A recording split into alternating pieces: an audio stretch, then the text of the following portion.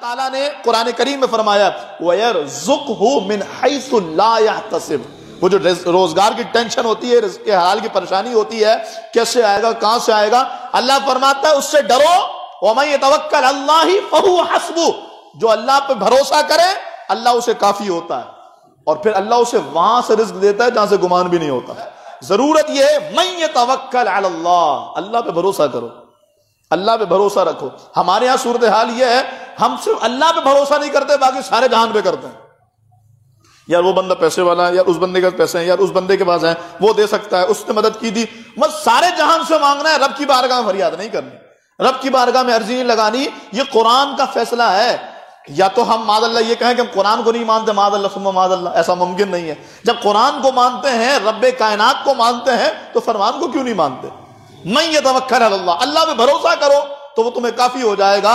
اور اس کفایت کرنے کی مثال ہم دنیا میں بھی دیکھتے ہیں، جنہوں نے اللہ پہ بھروسہ کیا ہے اللہ انہیں کافی ہو گیا ہے، جنہوں نے اللہ پہ بھروسہ کیا ہے اللہ نے انہیں نواز دیا ہے، اللہ تعالیٰ نے انہیں عطا فرمایا۔ ایسے کئی مثالیں ہیں کہ لوگوں نے اللہ پہ بھروسہ کیا اور اللہ تعالیٰ نے انہیں نواز دیا۔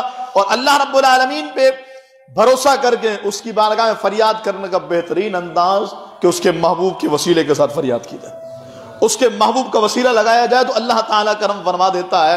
ہمارے ایک جاننے والے ہیں بہت اچھے، اللہ تعالیٰ ان پر خاص رحمت فرمائے، وہ مجھے ایک بار بتانے لگے کہ شاہ جی مدینہ طیبہ میں ایک بار میں گیا تو مدینہ رسول میں کہتے ہیں حاضری وغیرہ دے کر کے میں چلا گیا، رات کے پچھلے پہر کے کچھ آرام کروں گا پھر میں واپس فجر میں آ جاؤں گا۔ کہتے ہیں میں گیا اور بہت تھکا ہوا تھا اور نیند بھی آ جاتی مجھے، لیکن اس رات مجھے نیند ہی نہیں آئی، میں کروٹیں لیتا رہا، بڑی بےچینی۔ کہتے ہیں پھر دل نے خیال کیا کہ یار مدینے میں رہ کے بے چین ہو، ایسا کیسے ہو سکتا ہے، اٹھو چلو حضور کی بارگاہ میں۔ کہتے ہیں میں اٹھا، وضو وغیرہ بنایا۔ اچھا بعض ایسے لوگ بھی ہیں جن کی عادت یہ کہ جب مدینے پاک میں حضور کی بارگاہ میں حاضری دیتے ہیں تو غسل کر کے آتے ہیں، تو خیر ان کا بھی یہی معمول تھا، وضو وغیرہ غسل وغیرہ کر کے وہ حضور کی بارگاہ میں آئے۔ کہتے گنبد خضرا کے سامنے بیٹھ گئے اور یہ سوچ رہا ہوں کہ یہاں بلانے کی وجہ کیا ہے، یہ بے چین تھا دل، یا مدینے کے سامنے آیا ہوں بالکل سکون ہو گیا، وجہ کیا ہے؟ کہتے ہیں تھوڑی دور پر ایک مرد اور عورت جو ہے وہ آپس میں گفتگو کر رہے ہیں، تو نہ چاہتے ہوئے میرے کان ان کی طرف لگ گئے، وہ بہت دھیمی آواز سے گفتگو کر رہے تھے لیکن مجھے آواز آنے لگی۔ وہ بیوی کہہ رہی اب کیا ہوگا، شوہر کہہ رہا کوئی بات نہیں، اس در سے کوئی خالی نہیں جاتا۔ یہ ان کی آپس میں گفتگو چل رہی ہے، تو اور بیوی ریش ہو رہی ہے، غصے میں آ رہی ہے اور بہت سخت جملے کہہ رہی ہے اپنے شوہر کو۔ تو اتنے میں جو ہے نا وہ کہتے ہیں مجھے اندازہ ہو گیا کہ ان کو پریشانی ہے، تو میں نے ان کے پاس گیا اور میں نے کہا بیٹا کوئی پریشانی ہے؟ تو انہوں نے کہا سب کرم ہے اللہ کا، سرکار کے در پہ کون پریشان ہو سکتا ہے؟ کہا نہیں اگر کوئی پریشانی ہے تو بتاؤ کہاں سے؟ انہوں نے کہا انڈیا سے، دہلی سے آئے۔ کوئی بہت بار پوچھنے کے بعد انہوں نے کہا کہ ابھی ہم آ رہے تھے تو ہمارا پورا سامان ایک ٹیکسی ڈرائیور لے کر کے بھاگ گیا اور ہمارے پاس کچھ بھی نہیں ہے، نہ ہوٹل ہے نہ کچھ اور ہے، اور ہمیں نہیں پتا ہمیں کہاں اترنا ہے کہاں رہنا ہے، وہ سارا سامان سب کچھ ان کے پاس وہ لے کر چلا گیا۔ اب بڑی پریشانی ہے، موبائل تک نہیں ہے اور نمبر تک نہیں ہے، کیا کریں کیسے کریں، پیسے بھی نہیں ہے، سارے پیسے سب کچھ اسی میں تھے۔ تو انہوں نے اپنی جیب سے کچھ پیسے نکال کر کے ان کو پیش کیے۔ وہ بندہ بتاتے بتاتے مجھے رو گیا، جو اس کی کیفیت تھی کہ وہ عورت اور مرد کھڑے ہوئے، ویسے تو مدینہ پاک میں مکہ پاک میں لوگ جھوٹ بول کے بھی لے جاتے ہیں اس طرح کی چیزیں، لیکن ان کی کیفیت دیکھنے والی تھی۔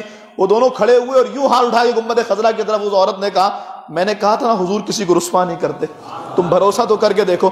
پھر وہ بندہ کہنے لگا کہ میں نے کہا کہ کسی سے مانگ لیتا ہوں، کسی سے بول دیتا ہوں، تو میری بیوی نے کہا کہ اس در پہ آ کر کے بھی اللہ پہ توکل نہ کریں، ہم اس جگہ پر آ کر کے بھی رب پہ توکل نہ ہوگا تو کہاں ہوگا؟ اگر ہم حضور کی بارگاہ میں عرض کرتے ہیں تو کرم ضرور ہوگا۔ کہتے بس ہم اسی لیے حضور کی بارگاہ میں آئے تھے کہ یا رسول اللہ ہم پہ کرم کریں، ہم کسی سے مانگنا نہیں چاہتے، ہم کسی کے آگے ہاتھ نہیں پھیلانا چاہتے، آپ کرم فرما دیجئے۔